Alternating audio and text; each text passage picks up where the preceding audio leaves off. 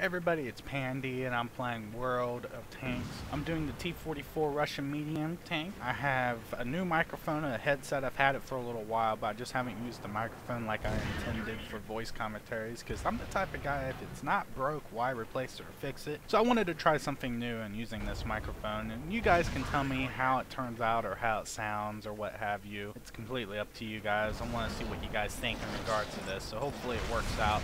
It's nice and sexy and stuff, but let's continue. I'm doing the T-44 like I said. A little bit about this tank is that it was the successor to the famous T-34 with less than 2,000 of them ever built. However, this design really became the basis for all Russian main battle tank design, which the T-54-55 became the successor of the T-44, so that tank became the most produced tank of all time. In the fall of 1943, Tank Design Bureau at the Stalin Euro Tank Factory started working on a new vehicle that would have improved opportunities in the near future under the direct order of Stalin, the boss. The intentions of this tank was to maintain the mobility of the T-34 while providing heavier armor protection against more modern tanks. The first prototype of this tank was completed in January of 1944 with two more the following month. Two of them was armed with the 85mm D5T gun, while the other one, the third one, was armed with the 122mm D2544. These medium tank designs received a less than positive response. The main issue was with the high-speed 12-cylinder engine that was believed to have a higher chance of breaking down with the connecting rods, but this was resolved in 1944. The first trials took place with the 120mm version in February of 1944 and March of 1944, but these were unsuccessful due to the gun failures resulting in pretty much a brand new gun. The practical rate of fire of 2 to 3 rounds per minute was due to the cramped turret, and it was resulting in the dropping of the 122mm version of the project. In late 1944, a prototype was given a larger engine and an increased amount of armor thickness. Because of the larger engine and more heavily armored body, it maintained its mobility as a medium tank because of the engine. There was other odds and ends added to the tank, and it officially entered service in November of 1944 armed with the 75mm main gun. At the end of 1944, the T-44 was only armed with the 85mm main gun. Then work began on adding a more powerful 100mm main gun to its turret. The prototype was ready for trials in February 1945, which took place in March and April, and there was positive results from this. A newer, more heavily armored turret was needed to house this main gun, and also a larger engine once again was developed for the tank. The T-44 with the 100mm main gun entered service at the same time as the T-54. Further development of the T-44 was dropped in favor of further development of the T-54. The T-44 never actually seen combat service, but it was fielded in the final days of World War II. T-44 at one point was sent to the Far East and took part in the pushing of Japanese forces to Korea. There was no actual reports of these tanks taking part in combat service, but there's of course a lot of rumors that it has, but there's no official reports of it saying it did. It is also believed that the T-44 took part in crushing the Hungarian Revolution, but there's no known reports that this medium tank has actually seen service. Close to 2,000 were actually built, and it was taken out of service or Soviet service in late 1940. It was never exported or given to anyone. The T-44 in World of Tanks was the king of medium battle tanks. This was during the time where auto-aim can actually predict where the enemy was going, and this was before the T-54 was actually put into the game itself. The T-44 was overpowered to a point where its speed was the name of the game. I don't know how many viewers here, or my viewers, remember the day when you had tier 2 battles and it was all about auto-aiming and driving as fast as you can around your enemy.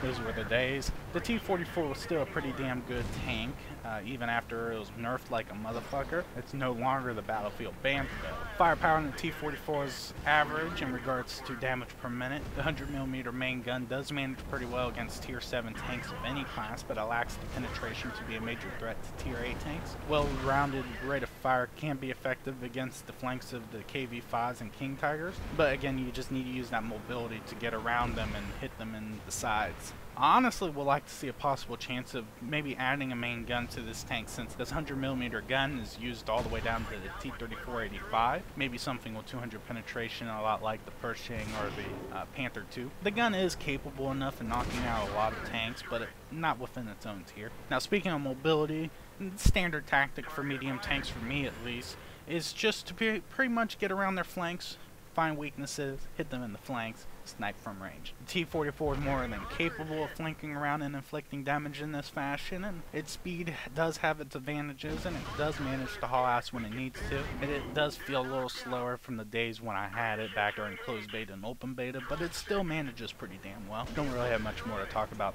mobility. Do want to talk about protection. The T-44, being a medium tank, does lack the heavy protection compared to its heavier tanks. It does feature sloped armor and has a pretty streamlined turret. Wargaming has fixed a lot of issues in regards to the T-44 and the King Tiger and other tanks in regards to its armor. When it's, when you shoot at it, it hits the side armor, but from the front, so it just penetrates even though it's not at the right angle. It's supposed to just scrape right by. Well, they managed to fix this, so when you hit the tank in the side armor by facing it through the front, it's kind of hard to describe. If the T-44 was aiming right at you and you fire at it and it hits the side armor, it's supposed to fly off, just like in that movie U-571 when that torpedo just scrapes right by the submarine. That type of effect is supposed to happen. One thing that I dislike about the T-44 since the release of the T-54 is the amount of times that you can get ammo round. I don't know why it has this fault, and Wargaming just simply will not address it. So it pretty much requires a wet ammo rack to really make this tank enjoyable and less than a pain in the ass. I haven't gotten the ammo rack since I got the wet ammo rack, so it's pretty much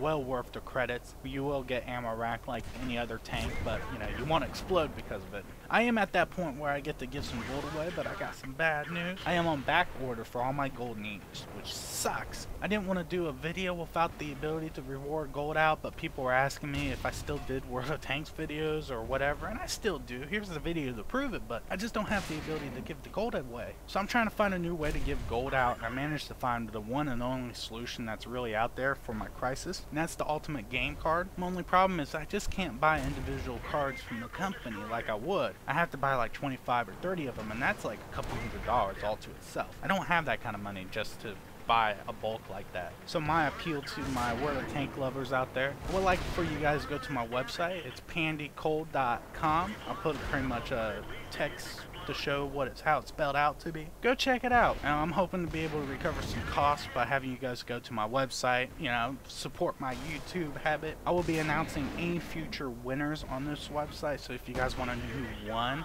you go to that website and that's where you find out. This pretty much saves time on my videos. I can just, get it done and get it done. Does that make sense? I don't know. Hope you guys ain't disappointed, but I will be backlogging all my winners. They will be rewarded the gold that they have earned. The video is no different. This is a gold contest in some fashion. You just need to subscribe and comment down below for 1,250 gold for the North American server, 1,500 gold for the European server, 2,500 gold for the Russian server. Also, go ahead and check out my PC gaming news that I will be doing in the next 24 hours. I will be giving away a free game on each show. That'll be something worth to try, and hopefully it'll be working out for me at least. Again, I'm Pandy. I thank you guys for the support and love. Good hunting.